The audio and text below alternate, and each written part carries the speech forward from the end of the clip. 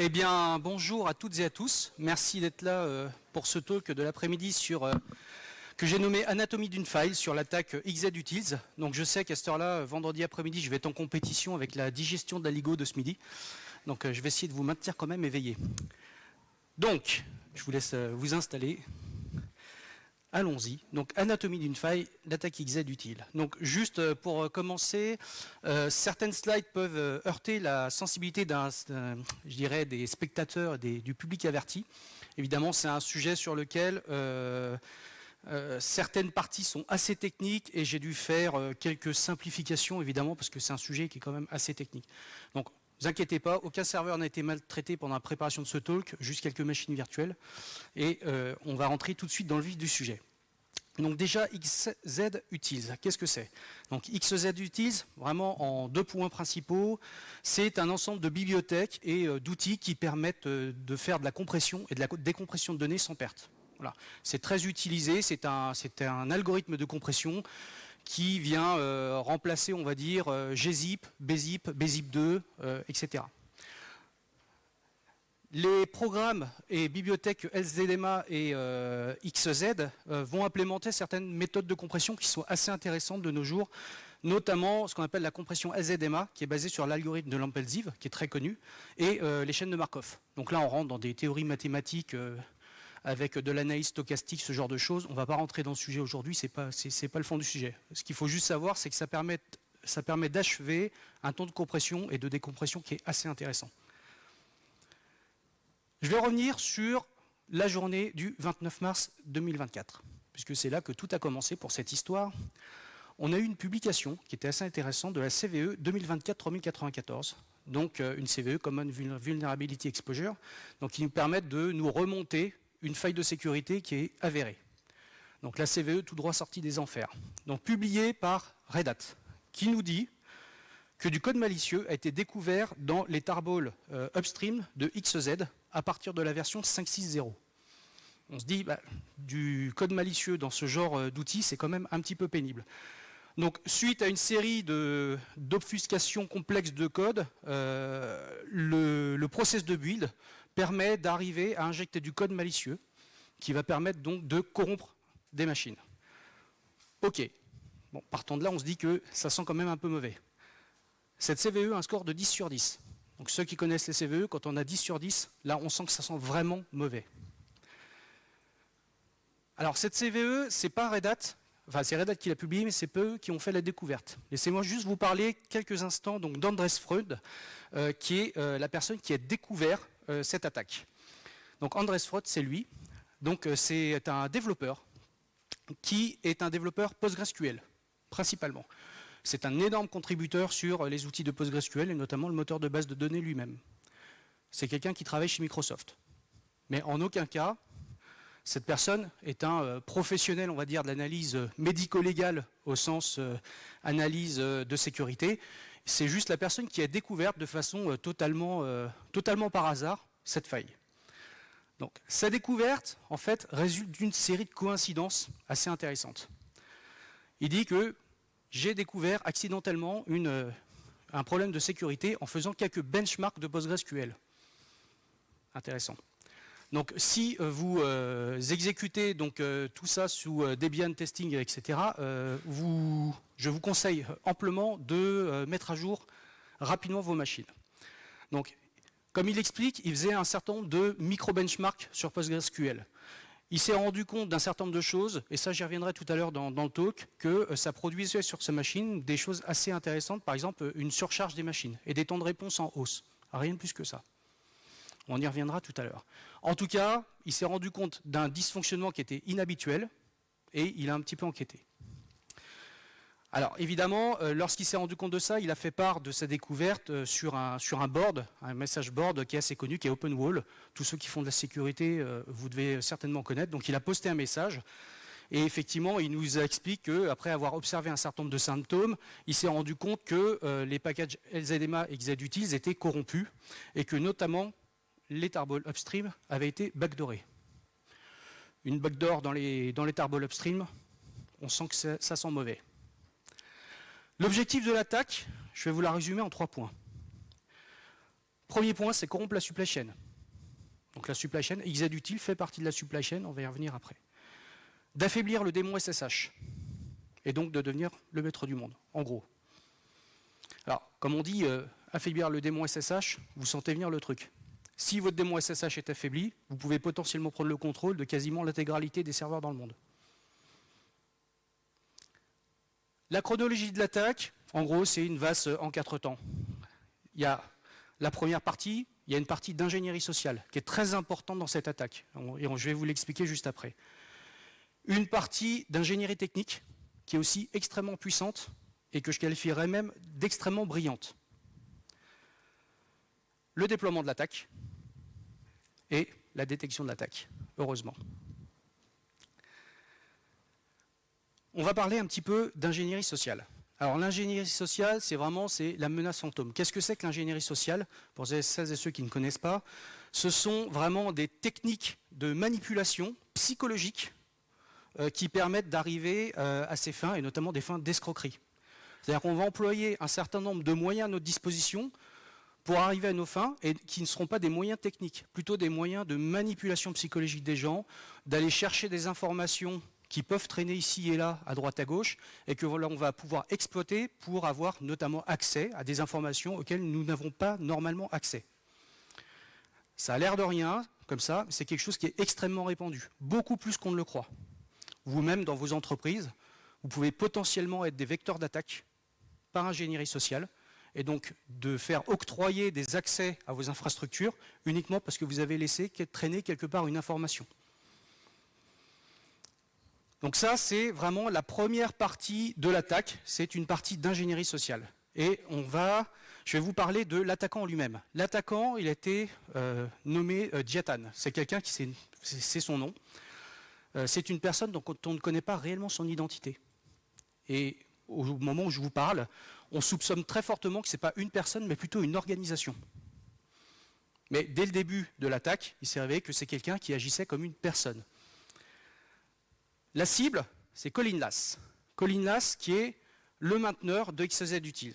Donc, il travaille pour l'organisation Toucani, qui est plutôt, on va dire, une organisation open source, et qui maintient notamment le projet XZ-Utils. Donc, Colin Lass, ce qu'il faut savoir, c'est que c'est un développeur qui a un solide bagage de développement, un solide bagage mathématique, qui travaille dans le monde open source depuis des années. Donc, c'est loin d'être un newbie sur le sujet. Première étape de l'attaque par ingénierie sociale, c'est de gagner la confiance. Là, je vous donne un petit peu la recette, et c'est exactement ce qui s'est passé. Colin Lass, globalement, est devenu mainteneur de XZ-Utils en 2009. Donc XZ-Utils, c'était historiquement un projet qui était non open source, qui tournait que sous Windows. Vous connaissez notamment 7-Zip, sur lequel est basé ZDMA. Et XZ-Utils est devenu vraiment un produit open source et est rentré dans la maintenance dans les mains de Colin Lass en 2009. Djatan, qui est connu sous GitHub sous l'alias Djat-T75, il a créé son compte GitHub en 2021. Il faut dire que c'est un compte qui est quand même relativement récent. Il a commencé à contribuer à différents projets open source. Donc FLOSS, c'est l'acronyme de Free and Libre Open Source Software. Il a essayé de commencer à contribuer à différents sujets, différents projets. Certains qui sont proches de XZ-Utils, d'autres qui en sont un petit peu éloignés. Mais l'idée, en tout cas pour lui, c'était de se montrer comme étant un contributeur relativement actif et de confiance. Il a soumis son premier patch XZ en 2022. Malheureusement, entre guillemets pour lui, son patch a été refusé. Dans le même temps, une autre personne, nommée Jigar Kumar, est rentrée un petit peu dans la danse et s'est dit, mais le patch proposé par Djatan, moi j'en ai besoin. J'ai un problème qui est avéré sur mon sujet et j'ai besoin que ce patch soit appliqué. Donc il a commencé à mettre la pression sur le mainteneur. Une autre personne rentre aussi dans la danse, Dennis Hens, qui intensifie la pression, faire en sorte que ce patch soit inclus. Ce patch et ainsi que d'autres patchs. Donc en fait, ils ont commencé à mettre la pression, une pression assez importante, au travers donc des issues de GitHub et d'autres moyens, notamment les mailing lists du projet, pour lui mettre vraiment une forme de pression pour le pousser à inclure du code. Colin Lass se retrouve dans ce cas-là complètement débordé. Il est sous une avalanche de demandes parce que ces deux personnes ont mis vraiment une pression assez conséquente sur cette personne et d'autres sont rentrés dans la danse. Ils lui ont mis vraiment une énorme pression. Il est seul, et la communauté, à ce moment-là, voyant que Colinlas mettait beaucoup de temps à intégrer les modifications, qu'il mettait beaucoup de temps à faire évoluer le produit, la communauté lui a demandé de mettre à disposition du projet un deuxième mainteneur, simplement pour pouvoir répartir la charge de travail. Jiatan, dans l'intervalle, continue à proposer donc du code à Colinlas, et finalement, il fait son premier commit et devient contributeur régulier. La pression exercée sur Colin ne faiblit pas dans l'intervalle. Qu'est-ce qui se passe? Eh bien, Jiatan gagne en confiance, il gagne en implication, et épuisé, à un moment donné, Colin le nomme co-mainteneur du projet. Ça, c'est la première étape. Ça, c'est quelque chose qui s'est étalé sur plusieurs mois. Donc vous voyez qu'en termes d'ingénierie sociale, on a plusieurs facteurs. Un mainteneur unique d'un projet, une communauté qui met la pression, qui intensifie la pression sur le mainteneur de ce projet et qui l'amène à nommer un co-mainteneur et quelqu'un qui, dans le même intervalle, prend la confiance. Donc ça, c'est la première étape. Première étape, voici le résumé. Je suis mainteneur open source, je demande de l'aide. Que se passe-t-il? La communauté lui envoie encore plus d'issues. Deuxième étape, c'est la prise de contrôle. La prise de contrôle, Jiatan, donc devenant co-mainteneur, a pu avoir accès à un certain nombre de privilèges sur le projet, donc des privilèges notamment de faire des merges. Et ça, c'est intéressant. Donc il effectue son premier merge en 2023. Ensuite, ça va très très vite. Jiatan gagne progressivement la confiance de Colin. Il y a des emails de contact qui sont mis à jour vers Jiatan. C'est-à-dire qu'avant, simplement Colinlas était destinataire des emails pour le projet. Jiatan devenait co-destinateur des emails, jusqu'à obtenir que les emails lui soient seulement envoyés à lui. Jiatan, dans le même temps, s'efforce de consolider l'infrastructure de test. Et ça, on va y revenir juste après. En juillet 2023, une première pull request est effectuée pour désactiver le fusing build, donc sur le projet OSS Fuse, donc qui permet de tester les projets open source notamment. C'est un projet qui est assez connu. Pourquoi? Parce qu'ils se sont rendus compte qu'il y avait des instabilités sur le projet et que le fait de faire du fusing testing dessus rendait le projet instable. Donc notamment par le biais, et j'y reviendrai juste après sur la partie tech, on utilisait sur la GIPC le technique difunk, sur laquelle je vous expliquerai juste après, et donc qui générait une instabilité. Donc il essaye de faire une pull request sur un autre projet pour désactiver le fusing build. Ça, c'est une chose assez importante. Il gagne en contrôle sur le projet dès début 2024. Il change le hosting du projet sans que Colinlas soit au courant. C'est-à-dire que le hosting de projet n'est plus sur le site de Toucani, mais il pointe désormais vers GitHub Pages, sur lequel Jiatan a un contrôle total.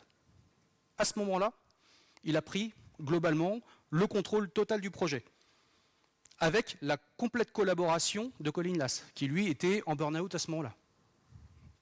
Donc, une fois qu'il a acquis tous ses pouvoirs, il a pu commencer à introduire la charge utile de l'attaque en elle-même, donc la partie technique, qui est venue vraiment au dernier moment. Donc début février 2024, il commence à intégrer les premières charges utiles, par le biais de petits commits dispersés que je vais vous présenter juste après. Il publie la première version à son nom, la version 5.6.0, mais Debian, Gentoo, Red Hat détectent des dysfonctionnements, notamment par le fusing build, dont Jiatan avait dit qu'il fallait les désactiver pour faire passer les tests unitaires. Mais les mainteneurs de distribution se disent il y a quand même quelque chose qui n'est pas normal, et Jiatan dit ah oui, effectivement, il y a peut-être un petit problème ici et là, je fais une correction et je publie dans la foulée la version 5.6.1, celle qui sera détectée. Donc là, c'est allé très très vite. Là, on est passé de février à mars, en même pas 2 mois. Jiatan a réussi à publier des versions qui commençaient à être intégrées dans la version instable des distributions majeures. L'objectif, c'était d'injecter ça dans Debian, et notamment Red Hat, et Debian étant la base d'Ubuntu et de nombreuses distributions, vous voyez les dégâts que ça peut faire. Donc à ce moment-là, l'ingénierie sociale a complètement fonctionné. C'est-à-dire qu'on a pris le contrôle de quelqu'un sans lui extorquer réellement des informations, uniquement par des moyens de pression psychologique et de mensonges. Donc en résumé, la seconde étape, il est arrivé à ses fins, c'est-à-dire qu'il a pris le contrôle, c'est le maître du monde sur ce projet. L'ingénierie technique. On va venir au vrai sujet de comment ça fonctionne et qu'est-ce que ça pouvait générer comme problème. Donc là, c'est tout l'art de la dissimulation. Quand vous avez le contrôle d'un projet, tel que celui de XZUtils ou d'un autre projet, si vous voulez introduire une backdoor, l'idée c'est que ça ne se voit pas. Voilà. Donc il faut le faire par un certain nombre de petits commits disséminés ou par des techniques d'obfuscation qui sont assez avancées. Donc la cible à la surface d'attaque, donc la cible c'était le démon SSH. Je le rappelle, si vous voulez prendre le contrôle du démon SSH et que vous voulez attaquer le démon SSH, il est hors de question d'attaquer le code source SSH directement.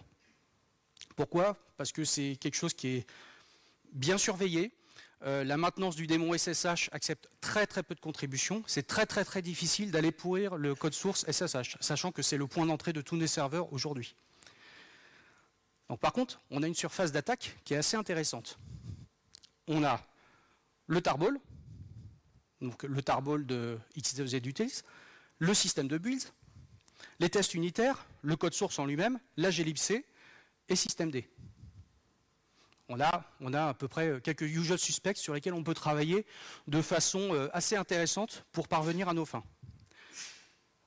J'espère que je ne vous spoil pas à la fin du film. Alors, le tarball, donc c'est le point d'entrée.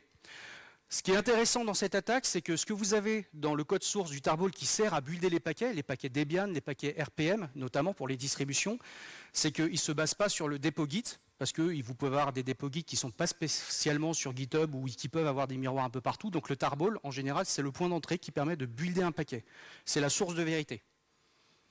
Donc ce tarball, c'est celui qui contenait la charge utile. La charge utile que vous ne retrouviez pas forcément complètement, et je dis bien pas complètement, dans les dépôts, notamment sous GitHub, qui est un miroir d'ailleurs.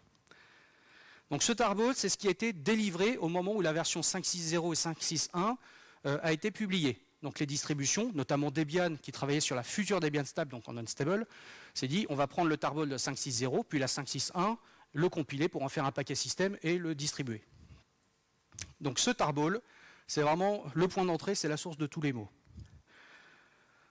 Et ce qui est intéressant, et c'est là que rentre le système de build dans la danse, c'est lui qui va pouvoir déclencher la première partie de l'attaque. Le système de build de XZUtils est basé sur les autotools. Alors peut-être pour celles et ceux qui ont déjà compilé des projets sous Unix et Linux, vous connaissez la séquence configure, make install. Très classique, donc qui est généré par le système d'AutoTools, qui est un projet GNU qui existe depuis fort longtemps. XZUtils a aussi cette particularité d'avoir deux systèmes de builds. Il est basé et sur CMake et sur les AutoTools. Donc vous pouvez choisir l'un ou l'autre en fonction de comment vous voulez builder. Ce qui veut dire que vous avez deux points d'entrée possibles. Le système de build, donc ici les AutoTools, nous permet de rajouter un certain nombre de macros, voilà, qui nous permettent de tester un certain nombre de fonctionnalités sur votre système de destination. De savoir est-ce que j'ai telle ou telle fonctionnalité dans le noyau, est-ce que telle ou telle fonctionnalité de la libc qui est en place est disponible ou pas, etc. Donc il y a un fichier qui est assez intéressant qui s'appelle build2host. Ce fichier qui a été rajouté que très récemment dans le dépôt au moment de l'attaque. Build2host, comme son nom l'indique, permet de builder vers le système de destination. Donc il apporte un certain nombre de macros, des macros qui sont tout à fait legit au premier abord. Quand on regarde, quand on est à peu près expert AutoTools, on dit c'est assez legit. Pour autant, ligne 63, on a un script qui n'apparaît nulle part sur le dépôt. Ça, c'est un script qui a été ajouté au moment de la création du tarball. Ligne 63, on voit gl $1 config égale sed /r/n, etc., etc. Ça, c'est le point d'entrée qui va permettre d'injecter tout le système de déploiement de l'attaque sur le système. Et lorsque vous avez lancé configure, cette macro que je vous ai montré juste avant va être évaluée. Alors je vous en ai masqué là, pour des raisons de simplicité le contenu, mais ce qu'elle va faire, elle va aller modifier les makefiles pour ajouter. Donc là, vous avez la version non pawn à gauche et la version modifiée à droite. Elle va rajouter un certain nombre de tests unitaires, AMTest. Elle rajoute un test qui s'appelle bad3 corrupt, szma2.xz. Et il y en a un autre en bas aussi qui est rajouté. C'est juste une petite modification de makefile, pas grand-chose. Et on voit que d'autres choses sont ajoutées aussi. Là, am10setup égale $am strip préfixe pap xz-d, etc., etc. Donc on voit qu'il y a quand même quelques petites choses qui sont un peu cryptiques, qui sont faites, et qui vont se déclencher que lors de la phase de build. Et cette phase de build, cette injection dans les makefiles, lors de la phase de build, va se faire que dans un cas bien précis. lorsqu'on est en train de packager un point deb ou un point RPM. C'est tout l'enjeu de la première macro. Elle vérifie, est-ce qu'on est en train de générer un paquet Debian ou est-ce qu'on est en train de générer un paquet Red Hat? À ce moment-là, je vais inclure le début de la charge utile dans le makefile. Après, ça va très vite. Après, on voit qu'il y a une macro cryptique dans le makefile qui fait set rpass. Donc le rpass permet de stocker en dur les passes de liens au moment du lien, de l'édition de liens, de stocker en dur les passes des bibliothèques sur lesquelles on veut linker le programme. Donc là, on voit qu'il y a un certain nombre, une petite macro qui est ajoutée, voilà, et qui s'appuie sur différentes variables qui elles-mêmes sont du shell que je vais vous présenter juste après. Alors, ça, c'est la première partie de la modification de la chaîne, de la toolchain de build. C'est-à-dire que là, on a modifié les makefiles qui vont permettre de déclencher l'injection de l'attaque dans le code de destination au moment du build et seulement donc lorsqu'on va builder le paquet Debian et le paquet RPM. Pour que ça marche, ce qu'il faut savoir, c'est que beaucoup de distributions, pour des raisons de sécurité, vont builder dans une sandbox, et notamment Linux fournit un outil qui s'appelle Landlock, qui permet de builder dans une sandbox, et donc pour que si jamais il y a le moins de débordement ou la moindre manipulation de symboles dans l'édition des liens ou à l'exécution, ça puisse générer une faute de segmentation et donc ça fasse échouer le programme. Et donc, Jatan s'est efforcé d'aller désactiver cette sandbox, mais de manière assez maligne. Est-ce que vous spottez la différence dans le Git ici? Ici, vous voyez, il y a un point. Donc là, en fait, il faut le lire dans le sens inverse, parce que ça c'est le commit de la correction. Mais en fait, il y a un point qui a été ajouté pour une ligne vide qui avait été supprimée. Ça, on voit que dans ces makes, il y a une macro qui permet de tester est-ce que Landlock est disponible sous Linux. Donc, il va compiler un bout de code pour vérifier que ça compile bien. Ce qu'a fait Jatan, il a ajouté un point, simplement un point, en plein milieu du code pour que la compilation du code échoue. Ce qui va se passer, c'est que la chaîne de build va dire, même si on a Linux landlock.h qui est disponible et que la bibliothèque est disponible, ça va faire échouer la compilation, donc on va dire landlock n'est pas disponible. On désactive la sandbox. Et il ne l'a pas fait que ici. Il l'a fait à plein d'autres endroits. Parce qu'il s'est dit, si jamais on spot ce point, qui sera corrigé, bah mon attaque tombe à l'eau. À ce moment-là, il a modifié un certain nombre de choses. Donc là, vous voyez les choses qui sont en rouge et les choses qui sont en vert. Il a rajouté du code. Et là, si vous voyez bien, on voit que c'est un code tout à fait legit pour tester la sandbox, là qui est en vert. On fait prctl, syslandlog, create rule set, etc. C'est un code qui est tout à fait legit. Et à la fin, ce code est exécuté lors de la configuration de la chaîne de build pour voir est-ce que ça fonctionne. Regardez le main qui est en bas. Main return 0. Donc en fait, le code ne teste rien. Et il va combiner ça au fait qu'il va les changer et il le fait à tous les endroits où c'est nécessaire, hein, dans ces makes et pour AutoTools, et il va les désactiver dans les macros qui sont utilisés en C. Il va retirer un _h have Linux landlock h. Le fait est, c'est que lorsque vous allez compiler et que le système d'AutoTools dit que landlock est disponible, il va créer un define qui s'appelle have Linux landlock h. Bah lui, partout où c'est utilisé dans le code, il a retiré le _h. Ce qui fait que vous allez désactiver la sandbox partout où c'était possible. Et il le fait dans tous les fichiers de test et tous les fichiers sources. Donc ça, déjà, il a corrompu la chaîne de build, donc pour arriver à ses fins, pour faire en sorte de désactiver les sandbox et d'injecter déjà une première partie d'injection du code malicieux. Donc le premier payload, celui qui est utilisé dans le rpass dont je vous parlais tout à l'heure, lorsqu'on va commencer à vouloir linker le projet avec les bibliothèques, ça va exécuter un certain nombre de scripts, et notamment, on va aller chercher le premier payload dans un fichier de test unitaire qui s'appelle badtrock-corrupt. Je rappelle qu'il a rajouté 2 tests unitaires assez intéressants.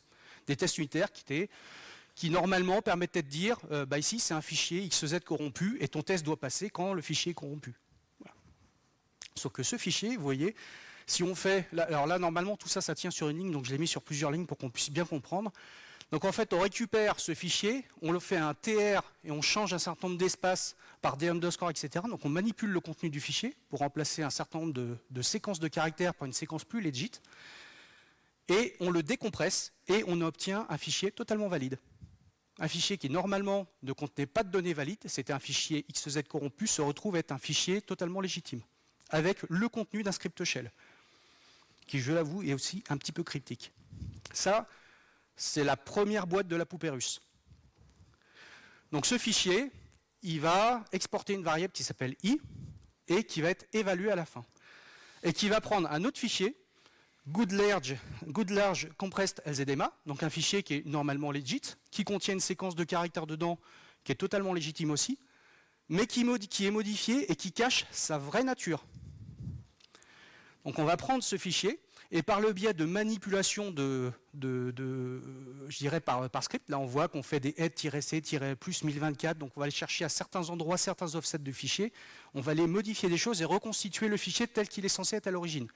Donc en fait, quand on lit le fichier, il est en clair, on le voit en clair, mais il n'affiche pas exactement ce qu'il contient vraiment. Et c'est par le biais de manipulation qu'on va reconstituer le vrai fichier, qui est la deuxième étape de la charge utile. Donc le second payload, le voici. Et là, on a un fichier d'à peu près 200 lignes de code de shell, très difficile à lire, et qui va s'appuyer aussi sur d'autres fichiers de tests unitaires, sur lesquels il va aller rechercher des choses injectées, et notamment des bibliothèques partagées qui sont corrompues, qui vont être linkées directement avec le projet XZ, donc la lib LZMA entre autres, et le programme XZ pour pouvoir comprimer ou décomprimer. Donc là, vous voyez, je vous passe très rapidement ce qu'il fait. Donc on voit qu'il va aller vérifier qu'il y a un certain nombre de choses qui sont disponibles sur la plateforme de destination. Il va vérifier est-ce qu'on compile avec la glibc, il va vérifier est-ce qu'on a bien désactivé le landlock, etc., etc. Donc là, on voit qu'il va modifier un certain nombre de fichiers. Et on voit des choses qui sont quand même assez intéressantes. CRC 64 fast, CRC 32, on voit qu'il y a des calculs de somme de contrôle. Il y a plein de choses qui sont modifiées. Donc là, il y a à peu près 200 lignes de code. Et il va aller modifier un certain nombre de makefiles et un certain nombre d'objets qui vont être buildés. Voilà. Si vous regardez bien, je vais vous en afficher un. Vous avez des évaluations, là, eval, $ZRK, CHD, etc. Ceux qui font de la programmation, normalement, on apprend qu'il faut bien nommer ces variables. Ces variables ont des noms volontairement obscurs pour ne pas savoir ce que ça fait. Et donc, pour que quelqu'un qui ait un œil dedans en se disant « qu'est-ce que fait ce programme ?», soit plutôt forcé de se dire « ça a l'air légit, je vais plutôt abandonner, je ne vais pas essayer de comprendre plus loin ». C'est vraiment du code qui est assez complexe. Là, on est vraiment dans une imbrication de poupées russes et d'évaluation de shell qui vont cacher la vraie nature de ce que ça fait.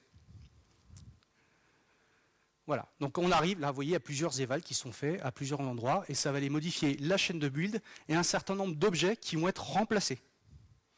Remplacés par une version qui est bien évidemment à but de corrompre finalement le projet. Voilà. Une fois que ce fichier comment je dirais, a été exécuté et qu'il est appliqué sur le projet, vous pouvez considérer que votre projet, ça y est, il est complètement corrompu. Alors, qu'il soit corrompu, c'est une chose. Mais comment on va aller affaiblir le démon SSH avec XZ, sachant que SSH ne repose pas du tout dessus. C'est là la subtilité de l'attaque. Il va exploiter la glibc. La glibc en utilisant le concept, le mécanisme ifunc, qui veut dire indirect function. La glibc du projet GNU vous permet d'aller remplacer certains symboles de façon dynamique à l'exécution pour remplacer la version implémentée de façon générique par une version potentiellement, par exemple, plus performante. Ce qui vous permet d'avoir une version, par exemple, de même copie qui est écrite en C, qui est potentiellement pas trop performante, par une version écrite à la main en assembleur ultra performante. Donc voilà, le ifunc vous permet d'aller remplacer dynamiquement, mais avec des mécanismes poussés, donc certains symboles dynamiquement. Normalement, c'est quelque chose auquel nous n'avons pas accès. Ça, c'est important. C'est aussi pour ça qu'il y a la désactivation du mécanisme de sandbox qui a été mis en place pour justement nous éviter d'aller modifier nous-mêmes les symboles. Et l'objectif de ça, c'est d'aller swapper la version de RSA public decrypt, donc qui permet d'aller vérifier qu'une clé RSA est bien déchiffrée. Et c'est une fonction qui est utilisée par le démon SSH pour vérifier qu'une clé RSA, que le déchiffrement du clé RSA est correct. Ça, c'est la première phase de l'attaque par rapport à la glibc. Mais la glibc toute seule ne fait rien. Parce que ça, pour l'instant, on n'a pas modifié la glibc. On a modifié XZ et on a modifié dans le comportement de XZ la glibc dans le cas où on est linké avec OpenSSH. Donc là, on a déjà inclus la backdoor. Pour aller affaiblir le démon SSH, on va s'appuyer sur systemd, le fameux systemd, aussi aimé que décrié. Donc, dans certaines distributions, ce qu'il faut savoir, c'est que OpenSSH est lié à libsystemd, ce qui n'est normalement pas le cas. OpenSSH n'a quasiment aucune dépendance système. Mais pour des raisons de simplicité et notamment d'intégration dans les différents systèmes d'exploitation, je pense notamment à Debian, Ubuntu, les différentes CentOS comme elles ont pu exister, ou Red Hat, etc., se link avec libsystemd pour plein de raisons, notamment de démarrage et d'arrêt du démon et de pouvoir le monitorer comme il faut. Libsystemd est elle-même liée à libelzedema. Ça a un impact très fort. C'est-à-dire que lorsque le démon SSH va démarrer, il va se lier à la libsystemd, qui est liée à libelzedema, qui est liée à la libc.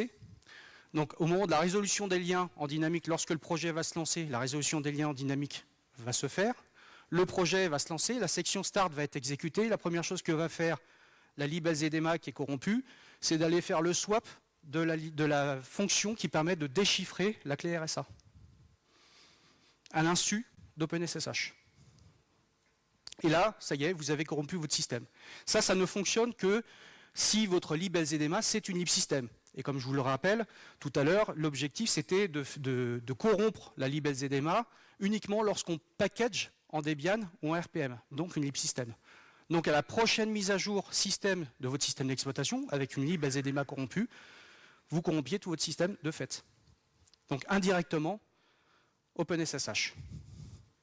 Je crois que le résultat est assez clair. Donc on se retrouve, donc, grâce à l'exploitation de systemd, le fait de pouvoir se lier dynamiquement à une lib qui n'a rien à voir, mais qui porte une charge utile qui permet d'affaiblir le démon SSH. Donc, le déploiement de l'attaque, après, il est très simple. Le déploiement de l'attaque, il consiste, finalement, à faire preuve de patience. Et dans ce genre d'attaque, le maître mot, c'est la patience. Patience et longueur de temps font plus que de force ni de rage. Jean de La Fontaine, une citation assez connue. Et là, très clairement, si on voit ce déploiement de cette attaque, ça s'est étendu sur plus de 2 ans. Je rappelle que la création du compte de Djihatan, c'est 2021. Il a commencé à s'occuper vraiment du projet XZUtils fin 2021-2022. Et donc ça s'est vraiment étendu sur plus de 2 ans. Le temps de gagner en confiance, de devenir contributeur à différents projets open source. Là, vous voyez, alors ici sur le mapping de points, on voit qu'il y a eu quelques contributions à OSSFuse tout à l'heure, dont j'ai parlé, pour essayer de désactiver le fusing test, de CPPDoc, de Wasmtime, de GitHub, de XZ, XZJava, XZEmbedded et Toucani Project. Donc principalement, il y a sur certains projets, on pense notamment à Wasmtime, on n'en est pas sûr que c'était du détournement d'attention. Simplement pour éviter de montrer qu'il ne s'intéresse qu'à certains projets autour de XZ. Potentiellement, il est contributeur de CPPDocs, qui n'a rien à voir avec XZUtils, ni de près ni de loin.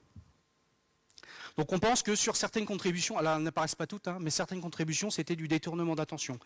Et on voit que le cluster de commits malveillants se situe vraiment très très proche de la release date. Donc en 2024, là, on a les quelques commits malicieux qui ont été faits sur les tests unitaires, sur la modification de la chaîne de build. La détection d'attaque, j'en ai parlé tout à l'heure, assez rapidement, donc elle s'est faite vraiment totalement par hasard. Donc si jamais Andres Freund ne s'était pas accordé à voir qu'il se passait quelque chose de bizarre sur sa machine, probablement que cette attaque aurait abouti. On aurait eu dans les versions principales de Debian et de Red Hat notamment des versions malveillantes d'OpenSSH, enfin de la lib XZUtils, donc SSH affaibli. Et je le rappelle que l'objectif c'était d'affaiblir la fonction RSA decrypt. Et d'après ce qu'on a analysé sur le comportement de cette fonction, la fonction fonctionne exactement comme avant. La seule différence c'est qu'elle répond toujours OK à la même clé SSH. Donc ça permet à un attaquant potentiel, avec une clé, quelle qu'elle soit, même pas référencée dans le Authorized Keys de votre machine, de pouvoir accéder à n'importe quel serveur. Simplement avec une connexion SSH. Donc c'était plutôt bien masqué. Donc ce qu'a fait Andres Freund, il a écouté les signaux faibles. Et c'est vraiment un coup de chance monumental. Comme on disait tout à l'heure, il était simplement en train d'effectuer des micro-benchmarks sur ses VM. Il utilise beaucoup de VM pour ça, sur un hyperviseur de virtualisation. Et il s'est rendu compte simplement que depuis quelques temps, sur Debian Unstable, la charge totale, le load average de la machine était plus élevé sur beaucoup de micro-benchmarks, mais plus élevé de façon assez visible. Et seulement au moment des connexions d'OpenSSH. Ce qui engendrait, ça vous l'avez probablement entendu pour ceux qui avaient entendu cette information, à des temps de réponse en hausse. Là on parle de 500 millisecondes de temps de réponse supplémentaire pour répondre à une connexion OpenSSH. 500 millisecondes, c'est pas énorme. Globalement, quand vous mettez une seconde ou une demi-seconde ou un quart de seconde à vous connecter au SSH, vous ne faites pas trop la différence. Et ça l'a quand même un petit peu titillé. Il s'est dit, c'est bizarre, en moyenne, je mets 500 millisecondes de plus pour me connecter au serveur. Et j'ai un load average qui augmente de façon substantielle. Et donc, il a regardé ce qui se passait. Il a regardé avec Valgrind, puisque des distributions avaient vu aussi qu'il y avait des problématiques de faute de segmentation. Et donc, Valgrind est un outil qui permet d'analyser comment se comporte le logiciel. Et il a vu que de temps en temps, il y avait des fautes de segmentation, ou de temps en temps, simplement l'édition de liens, donc lorsque le projet SSH se lance et que l'édition de liens dynamique se fait, il se passait quelque chose à un moment donné à l'édition de liens. Il y avait plus de temps qui était passé dans la fonction. Et donc, il s'est vraiment accordé à regarder ce qui se passait. Donc, il travaillait sur Debian Ansible, il effectuait les micro-benchmarks PGSQL, il a constaté une hausse anormale donc, de la charge, des temps de réponse SSH en hausse, etc. Donc après, il a juste fait un travail que la plupart d'entre nous n'auraient pas fait, c'est de descendre un petit peu dans le fondement. Donc, il a pris la version, il a recompilé lui-même, il a regardé la chaîne de build et c'est là qu'il a un peu tiré le fil. Ce que j'ai fait d'ailleurs pour ça, pour vous sortir, hein, j'ai moi-même effectivement fait une analyse post-mortem de l'attaque et tout le code qui est fourni, c'est un code qui est très difficile à comprendre, mais qui a priori ne résulterait pas d'une seule et même personne. C'est pour ça qu'on pense réellement que c'est une organisation derrière qui a cherché à affaiblir le démon SSH. Alors des gens diraient que c'est des Chinois, c'est même pas sûr que ce soit avéré. Mais en tout cas, c'est un code qui est extrêmement complexe et en termes d'ingénierie extrêmement poussé. Donc il s'est simplement dit, je vais étudier, et c'est là qu'il a remonté l'information que je vous présentais tout à l'heure. Donc c'est un coup de chance monumental. Ce qui me permet d'arriver au vrai sujet en fait, c'est la supply chain. Donc la chaîne d'approvisionnement de vos logiciels, c'est souvent la grande oubliée. Là, on voit que c'est un vecteur d'attaque qui est vraiment très important et qui peut avoir des répercussions extrêmement importantes sur tous les systèmes d'information. Donc globalement, votre supply chain, ça va être vos systèmes d'exploitation. Ça va être les différents logiciels ou paquets logiciels que vous allez utiliser. Chaque fois que vous faites un apt-get ou un yum-install ou ce genre de choses, potentiellement, vous installez un logiciel et vous partez du principe que vous avez confiance dans ce logiciel.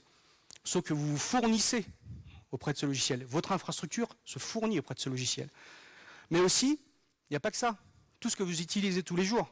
Les composeurs, les NPM, le pip, les Go build, les Rust, etc., qui vont aller directement chercher du code source sur certains dépôts, sans que vous puissiez les contrôler réellement, que vous buildez et que vous installez. Donc votre supply chain, c'est vraiment quelque chose de très très vaste. Quelque part, on ne va pas oublier non plus les images Docker. Beaucoup d'entre nous utilisons des images Docker qui sont pré-buildées à l'extérieur et on part du principe qu'on a confiance dans ces images. Imaginez que ces images peuvent très bien être corrompues à l'aide d'une charge utile bien masquée. C'est déjà arrivé. Il y a aussi le cas, alors au-delà de l'attaque malveillante, vous pouvez avoir dans votre supply chain un logiciel ou un paquet logiciel qui disparaît du jour au lendemain. Je ne sais pas si vous vous souvenez du projet Colors, il y a 2 ans à peu près, donc un paquet NPM qui permet de faire de la coloration dans le terminal. Le développeur, tout d'un coup, a pété un câble pour une raison a priori parce qu'il avait un peu trop de pression.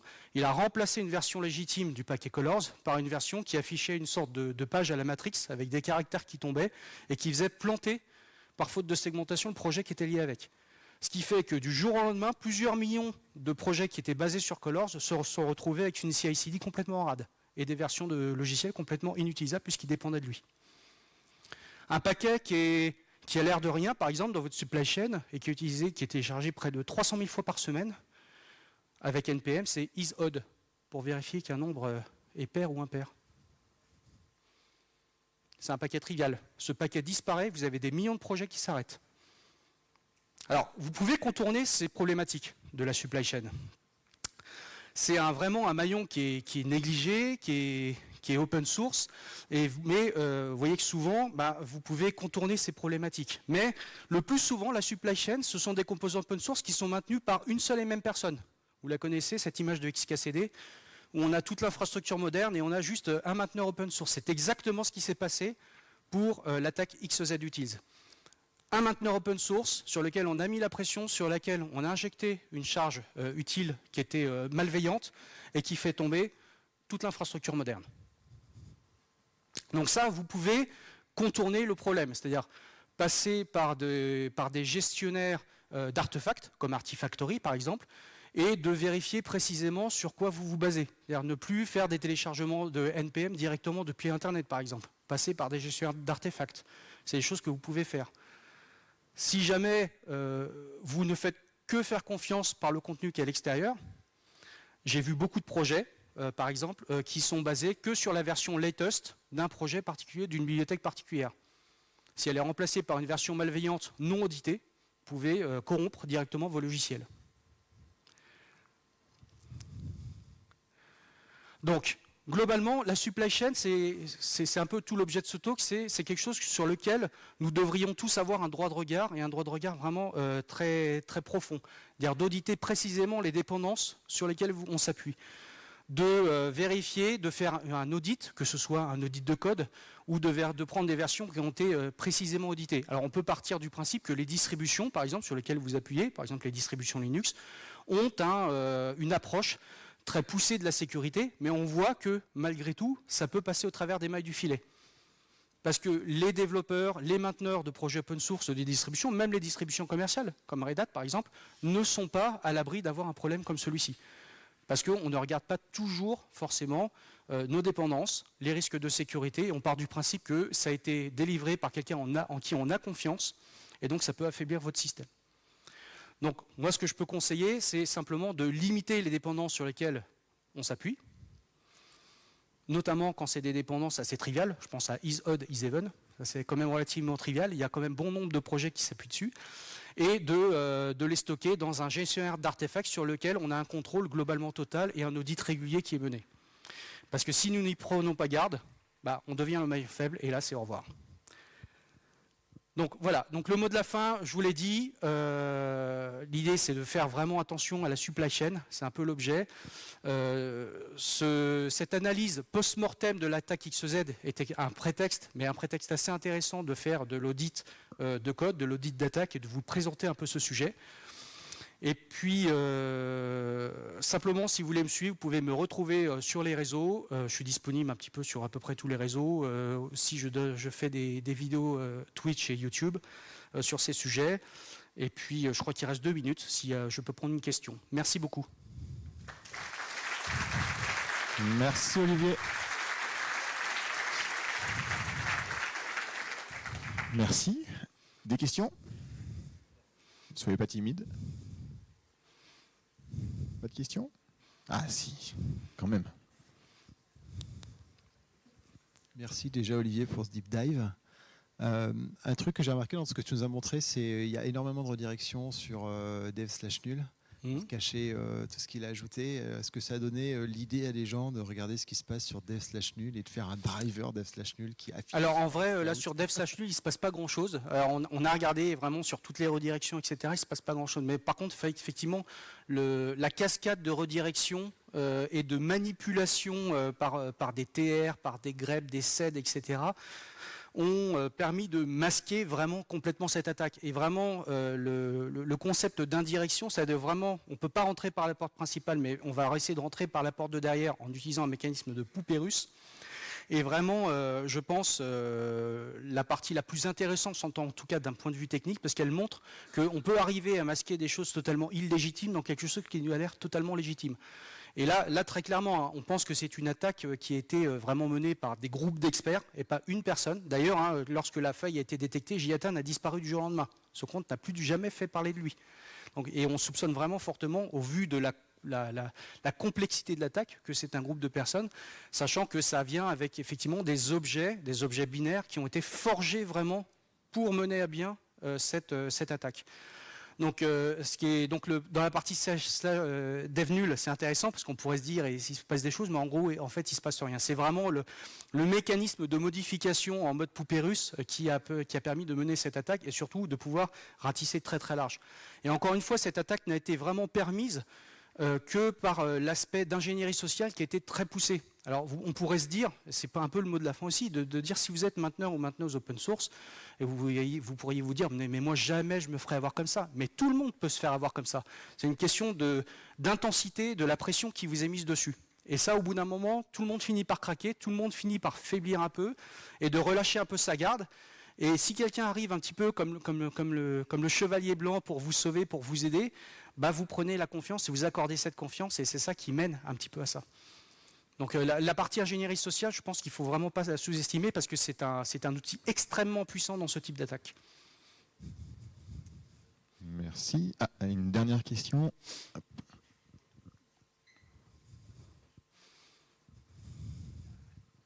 Bonjour, merci pour le talk. C'est vrai que c'était quelque chose que j'avais suivi d'assez loin. J'ai des collègues qui m'en ont parlé, mais là du coup c'est bien de pouvoir vraiment l'intégralité du processus de cette attaque. Moi, il y a un truc qui m'a fait tiquer quand même, c'est que bizarrement le premier commit de JATAC qui a été refusé en 2022, on a l'impression que tout de suite après, il y a 4-5 autres contributeurs qui viennent de n'importe, enfin, qui est complètement random, qui viennent disent ah moi j'en ai besoin. Et on se demande presque si c'est pas des complices de JATA, ou si c'est pas la même personne. C'est exactement ça.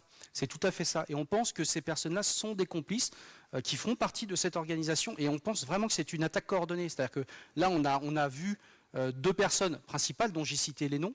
Des personnes pareil qui n'ont plus fait parler d'elles particulièrement et derrière il y a un certain nombre d'autres utilisateurs qui sont venus mettre la pression et donc c'est cette pression vraiment et qui s'est faite de façon rapide et progressive en même temps qui a fait que ça a mis finalement le mainteneur Colin Lass dans une situation un petit peu de débordement et il avait vraiment besoin d'aide. Donc effectivement on pense réellement que cette attaque c'est une attaque coordonnée et pas juste une personne ou un groupe de personnes derrière un pseudo lambda. C'est vraiment un groupe de personnes qui s'est emparé du sujet, qui s'est dit on va le faire craquer. Très bien. Merci Olivier. Merci beaucoup.